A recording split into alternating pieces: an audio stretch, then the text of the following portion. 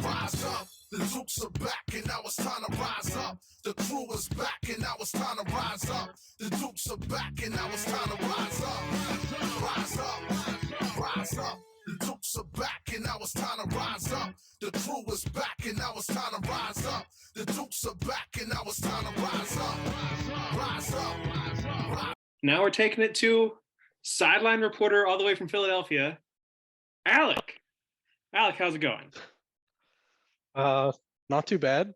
I don't really know how we got here, honestly.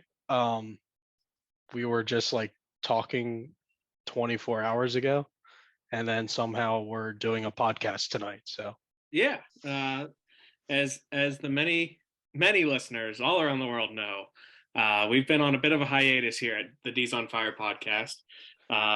Some waiting tooth and nail, I'm sure. Yeah, I mean, everybody's been asking, where's the podcast? Where's the podcast? Including me. Yeah, especially you. So we're back. Alec is going to take over co-host duties. We're starting off with just talking about the game from Tuesday night against the Gauchos, who is probably our second best team that we've played so far this season. Obviously behind Kentucky, who, I mean, if we had beaten Kentucky, my God, this season would be amazing. So before we dive into the game and everything, I just want to say, like, in terms of background for me, I did go to Duquesne. I'm a Duke alum. Don't have my diploma though, so I don't have actual proof. Never physically got my diploma. Still at Duquesne. Still at Duquesne, still in the was it Old Main? Is that what it's called? Is that where they store them? That's where they store them. I'd argue that you're even more official because Duquesne holds the proof that you went there. You could argue that. I won't. You can put that up for debate. I've used my transcript to get jobs, so other employers believe me, but if you don't want to believe me, that's fine. And I'll be honest, this is the first Duquesne game that I watched other than Kentucky, which was on and off because I was working. But I am determined to keep watching this team. They're 6-1, so that's enticing. Sixers suck, so I don't need to watch them. And I'm excited to kind of learn about this team and bounce ideas off you and see if I'm like on the same page or if I'm way far off on things. You can tell me how far off I am, but this will be a learning experience. All right. And so from last night's game, I feel like you have a good idea as to who the best player is on the team offensively. And he performed defensively last night too. So he was an all-around player last night. What are your thoughts on the Steel City Kid? As I found out in the post-game press conference, he has a tattoo just below his neck that says Steel City because the city that he grew up in is also nicknamed Steel City. So where is he from? So this is the part where you come in, you fill me in on where he's from. He's from a town called Lorraine, which apparently also was a big steel town, had a steel mill that closed down. Where's Lorraine? Like Lorraine, PA? I don't believe it's in PA. I'm pretty sure it's in Ohio. Okay, all right, that works. Yeah, it's nearby. One of the reasons that he joined Duquesne is because it was close to home and his family were able to come to games and stuff pretty easily. So he's talked in, I'm going to say, half of the post-game press conferences about why he's joined Duquesne. It seems like every different game he talks, a different reporter asks him the same questions about why he joined Duquesne. So that makes a lot of sense because he's a good ball player. And so everyone's, I guess, baffled at how did Duquesne get this guy? Yeah, I think we should calm that down. I think eventually he might pick up like, did I make a mistake coming here? Right. But in terms of his game, I mean, right off the bat, he shot a 3-pointer with 15 seconds on the shot clock in the first half, and it led directly to a fast break. And I was like, what the fuck? I was like really pissed off about that. But then after that, he got hot. Obviously, went 6 for 9 from 3. I have some fun stats actually about him, like just in terms of ranking in the entire country. All right. So Day Day, he's fifth in 3-point percentage. Fifth. Or in 3-pointers made, excuse me. Okay, I was gonna say he shoots a lot, so I think he's third or fourth in the A10 in 3-point percentage, but he definitely has the most 3-pointers made of anybody in the conference. Yeah, so three-pointers made per game, he's fifth. He's shooting 56% on seven attempts. So the dude can just flat out shoot. Um, he was hot last night. And yeah, like you said, especially in the second half, he was showing that he definitely has some quickness and really good reflexes on getting some steals.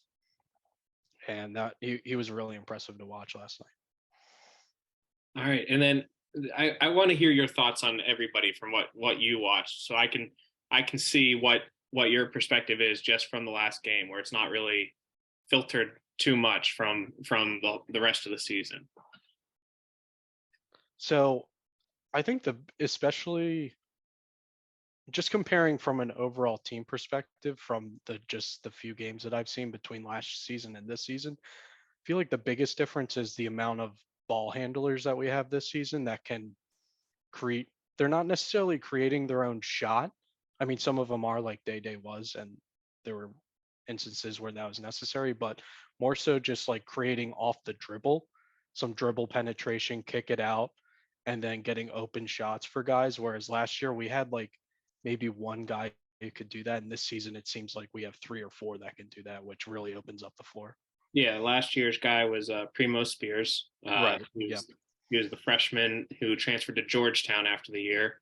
I paid attention to his first game where he did really well, and it was Georgetown's first win in a while.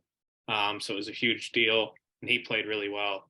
And then I haven't kept up with Georgetown after that because Very because fair. Duquesne's been too much fun. That's Usually, true. I'm paying more attention to the former Dukes that have gone elsewhere, like Eric Williams and Sincere Carey and Tavian Dunn Martin and Mike Hughes. But this year, I can focus on the Dukes and be happy.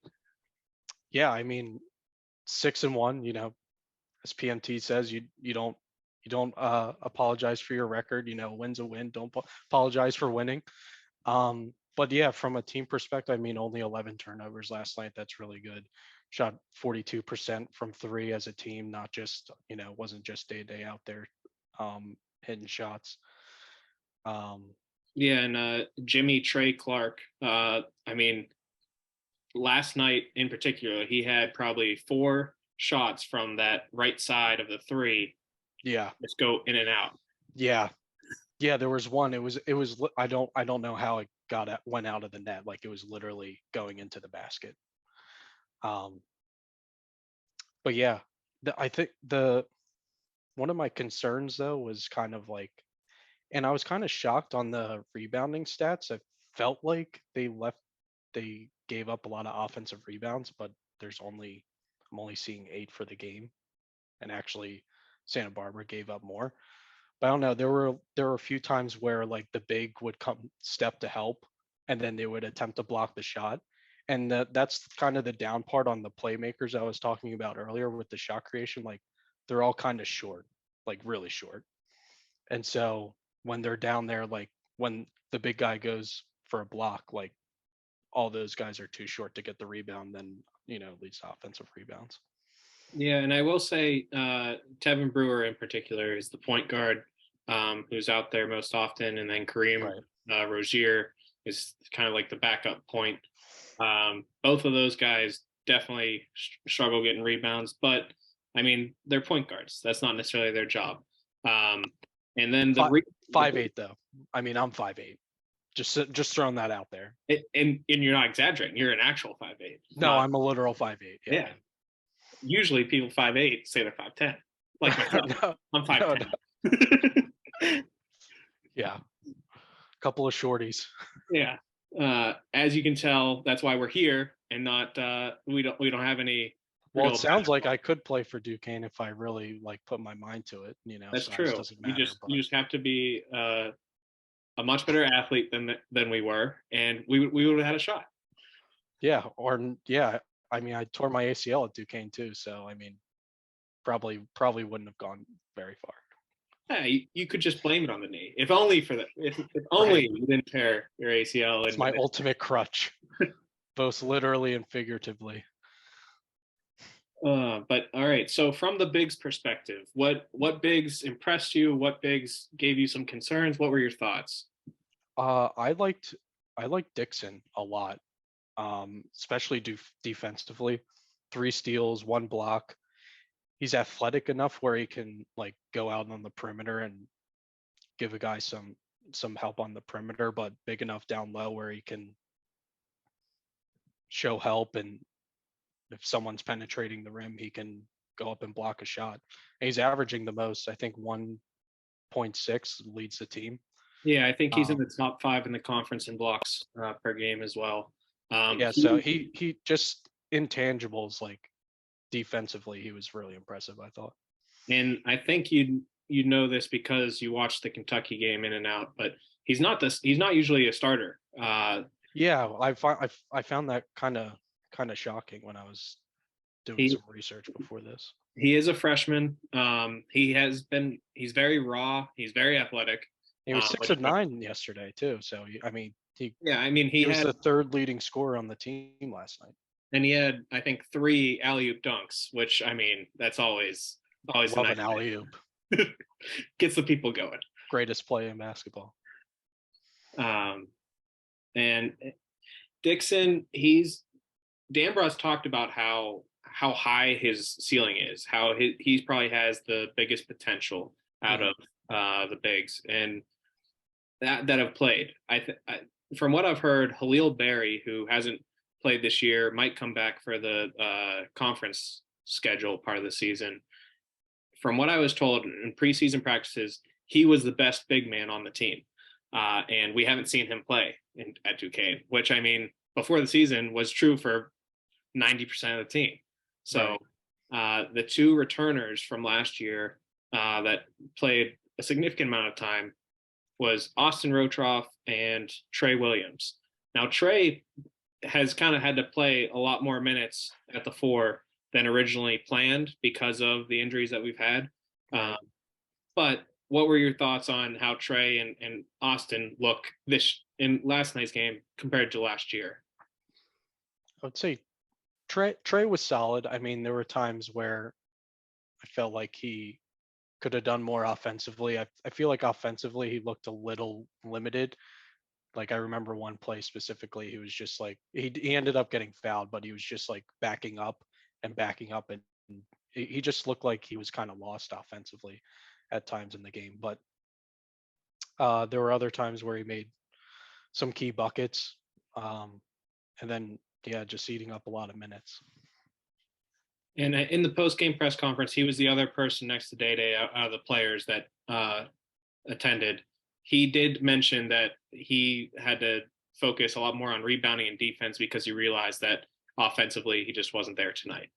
Yeah, He had yeah, he had a few shots that he made good moves on, and then they didn't fall. And then I think it might have gotten into his head a little bit, and that kind of threw him out of whack. That's my guess. But like I said, he had to play a lot of minutes just because the guys who were set to play the 4, Dixon being one of those guys that was supposed to kind of be playing the 4 a little bit more, have kind of had to shift around with all these injuries that they've had.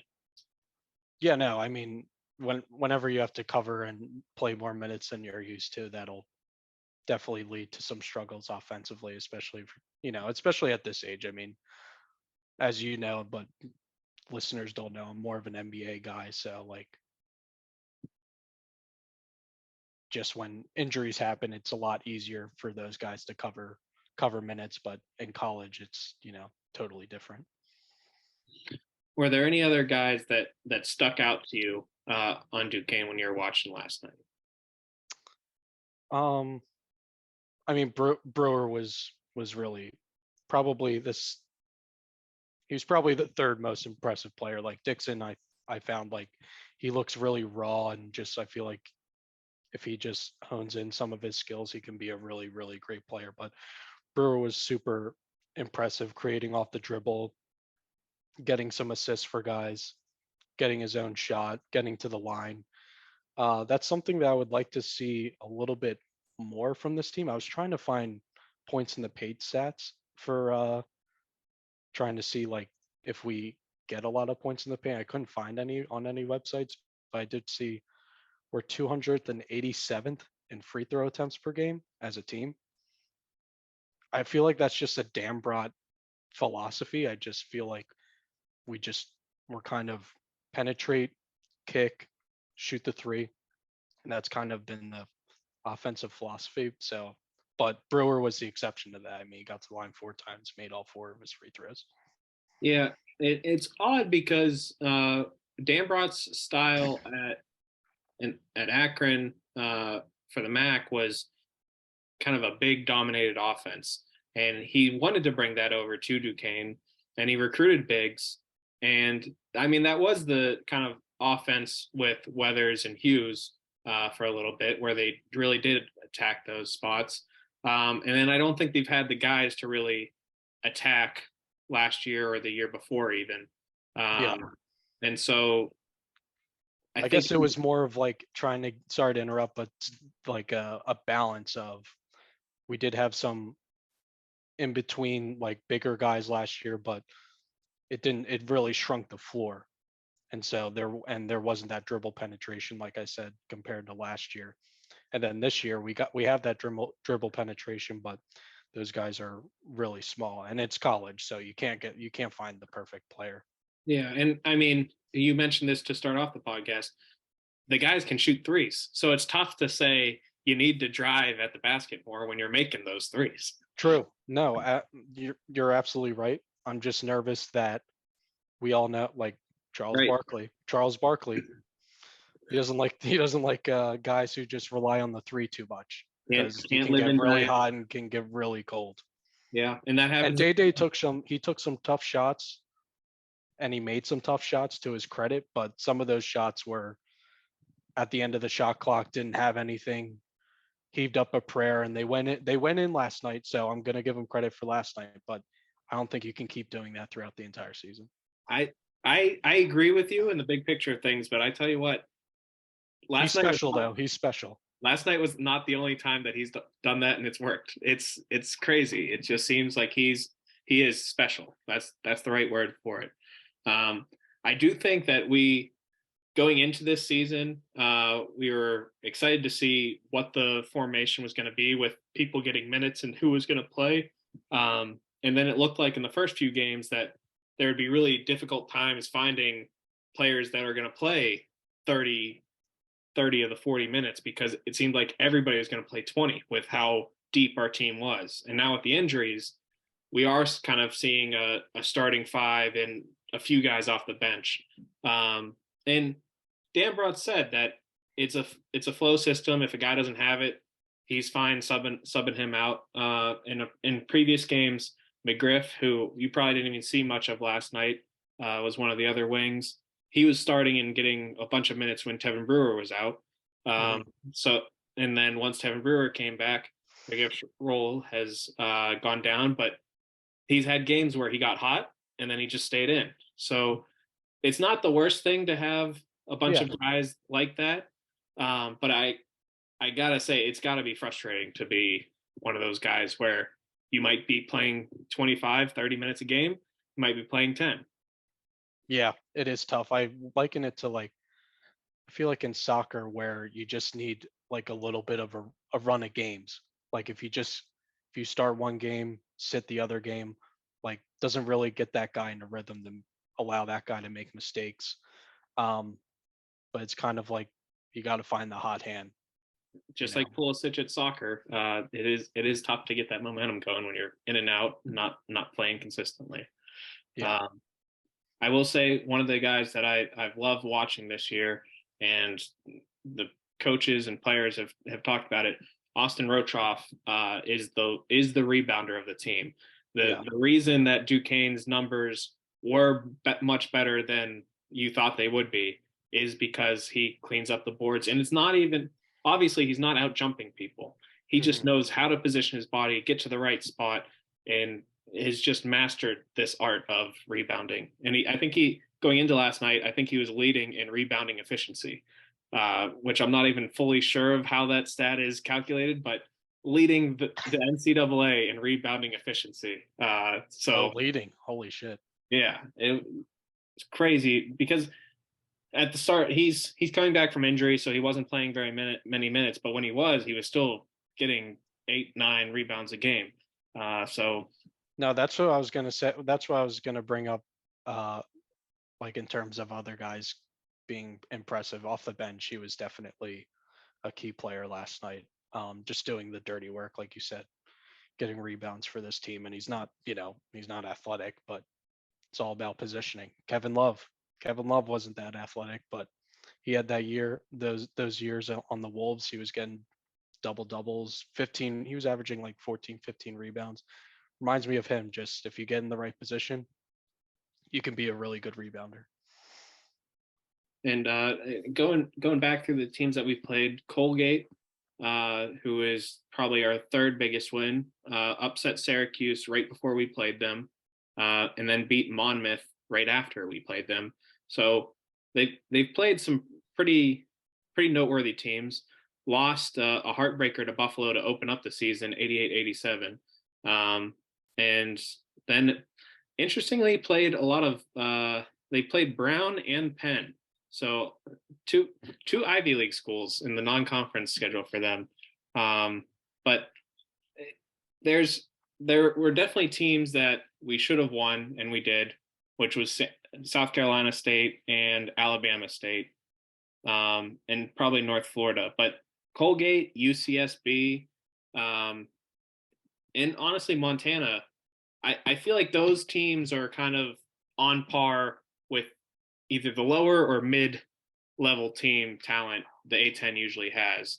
So it is nice to see that they won those games. So the expectations can be, maybe we can do something in conference this year, which I don't know if you listened to my pod expectations, I don't know, 2 months ago, but they were not high. They were not high this year. I did, but since it was so long ago, I totally forgot this crazy hiatus that you had. No, I'm just kidding. But yeah, I mean, if they keep going at this pace, I'll be excited for what they can do in the A10. First A10 game is against Dayton at Dayton.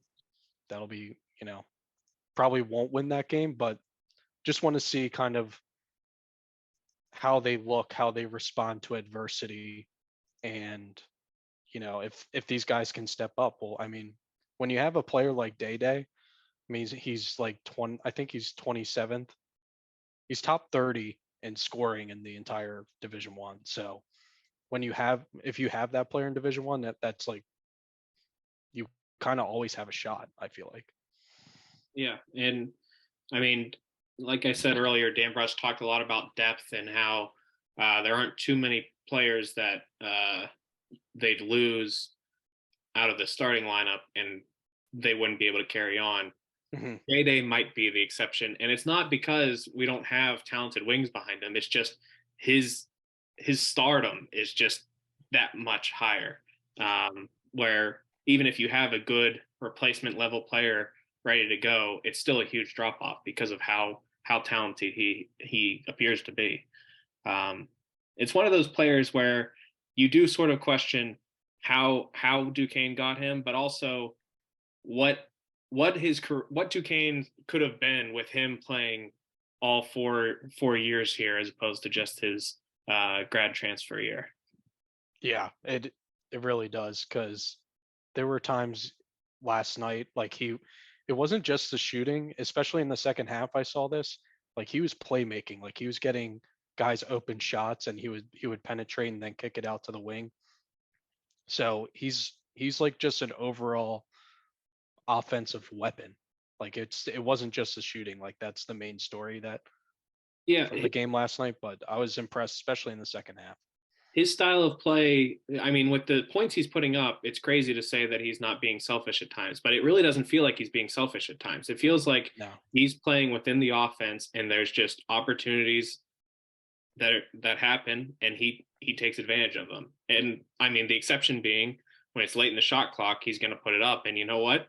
It's a damn good thing that he does, because he somehow makes them pretty often. Because especially in college basketball, when there's late in the shot clock, if you don't have that guy, like, kind of just chalk up the possession and throw up a heave, but he actually has a chance of making those shots, which is rare in college basketball.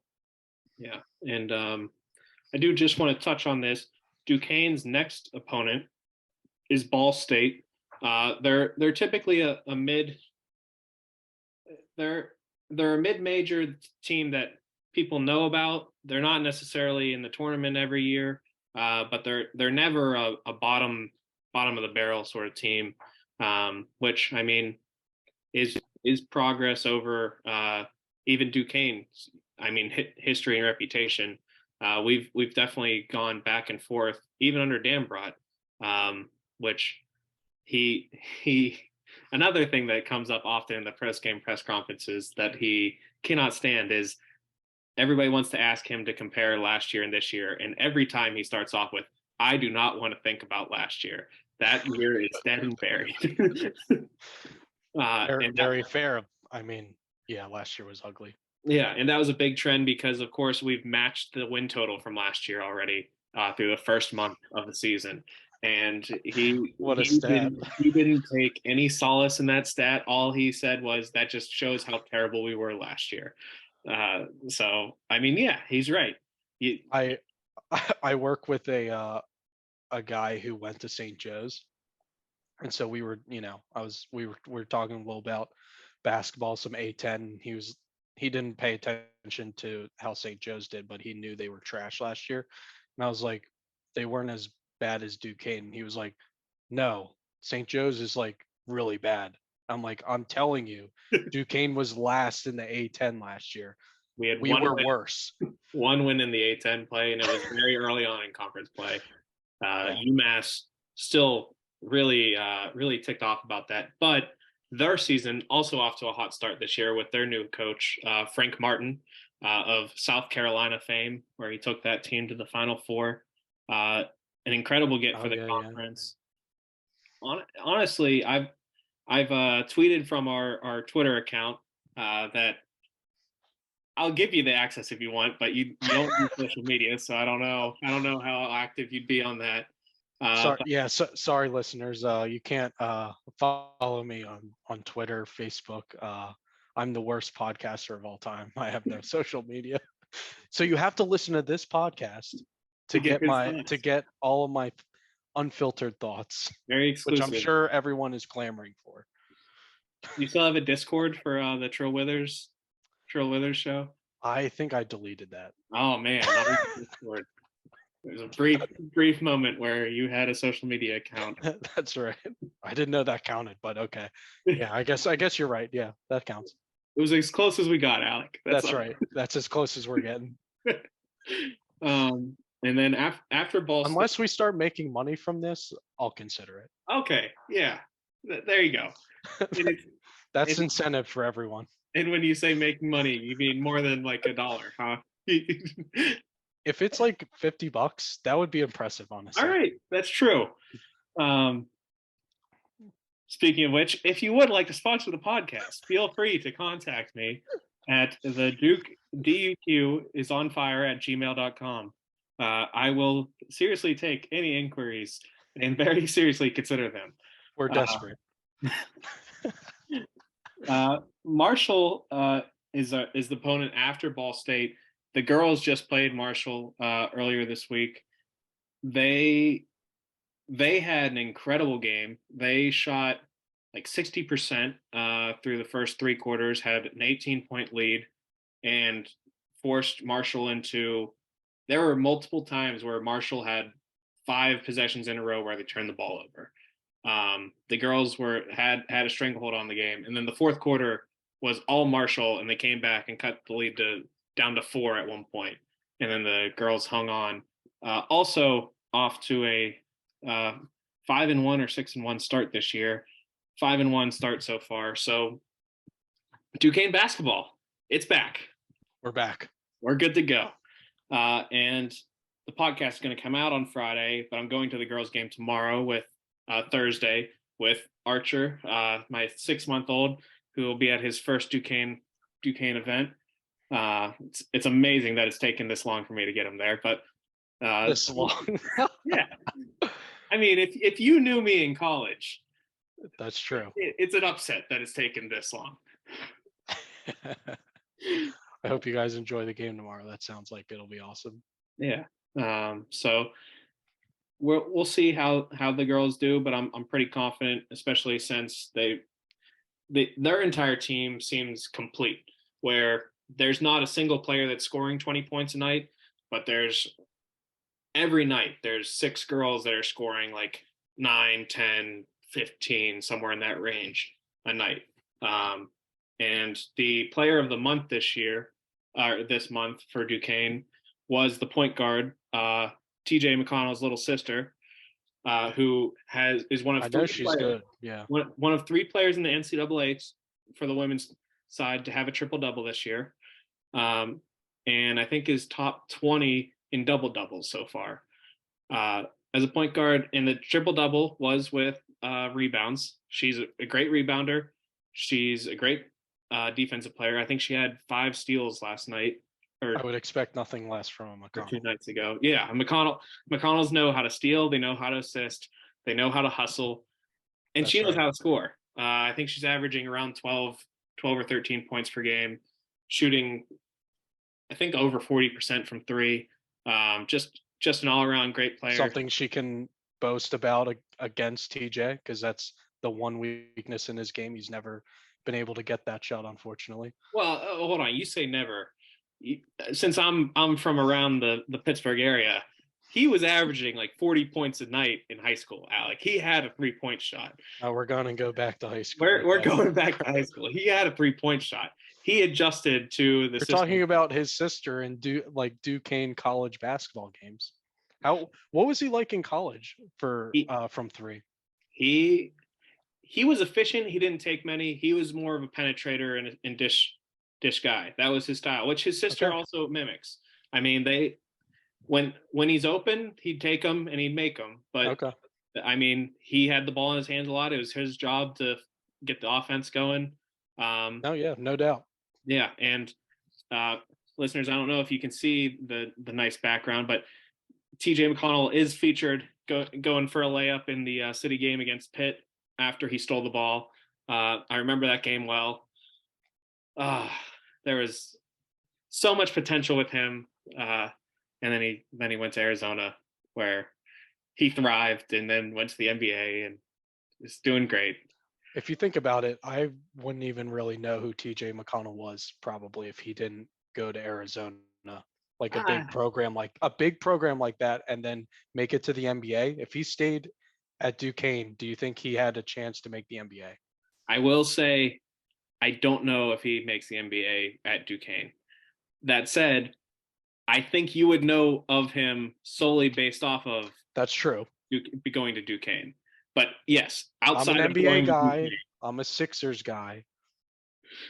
I love those TJ McConnell years. Like, he was the only bright side for those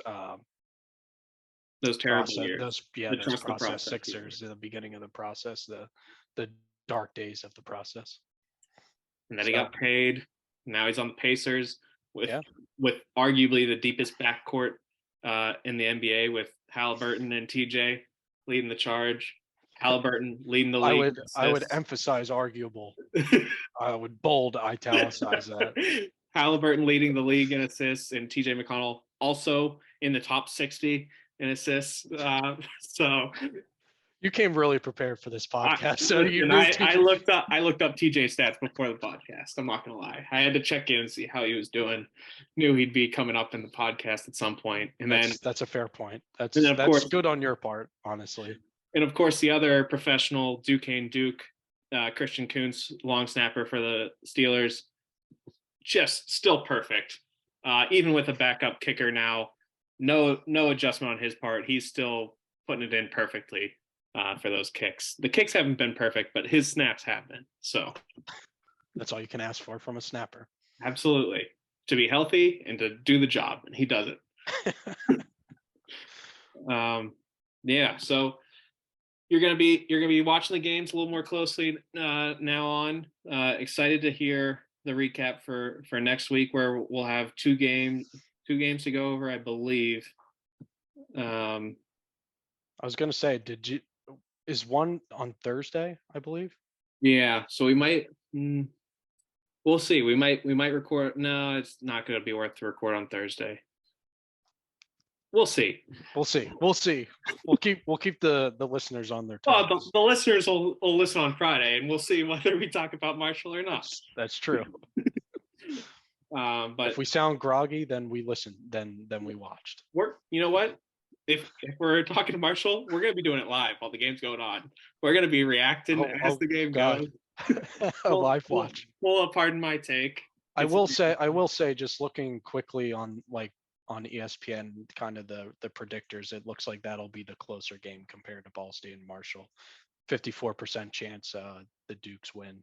And then I'm seeing on team rankings, it's like a 50-50 split. So that might be a game worth including on the pod. Yeah, in December, DePaul, we've got DePaul, Marshall. Yeah. I think New Mexico State.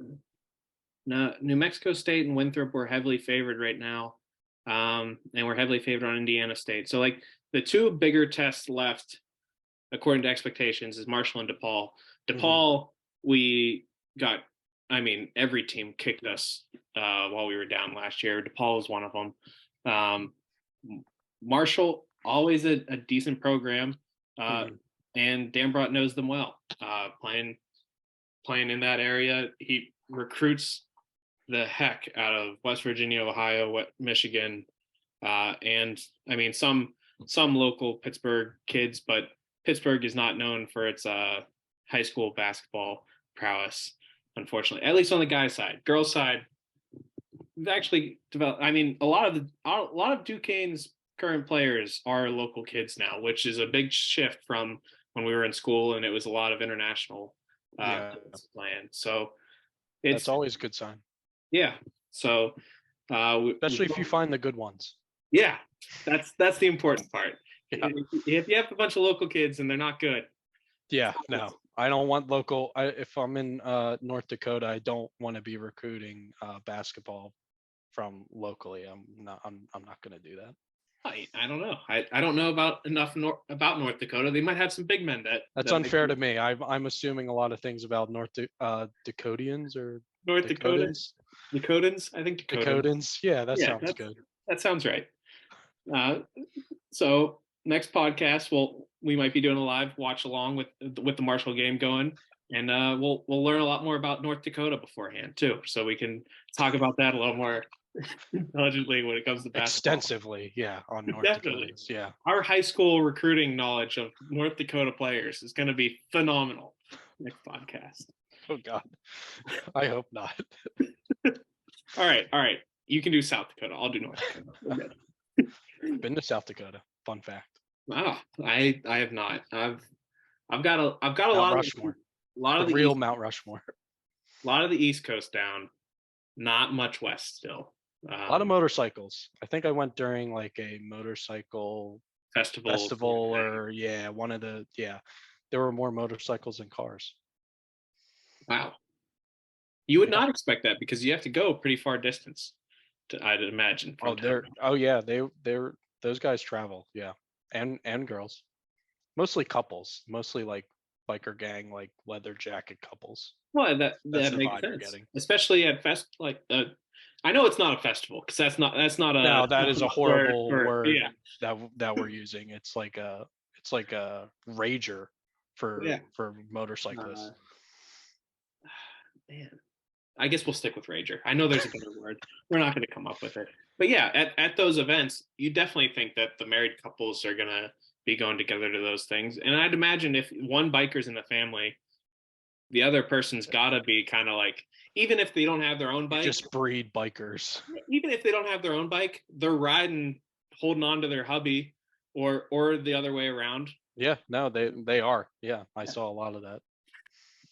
So, yeah. We're gonna do a live watch along for Marshall next week. I can already tell. It's like in my head. I'm like, this is going to be a terrible mistake for editing purposes, but you know what? We're going to do it. Fuck it. Okay. Whatever you want to do. You're driving the bus. I'm just along for the ride. You're in that side passenger seat on our motorcycle. I'm the woman holding for dear life on the motorcycle.